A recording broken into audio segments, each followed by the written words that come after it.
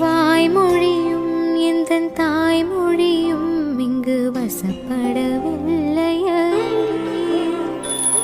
வயிற்றுக்கும் துண்டுக்கும் உருவமில்லாதொரு உருண்டையும் உருளுதடி.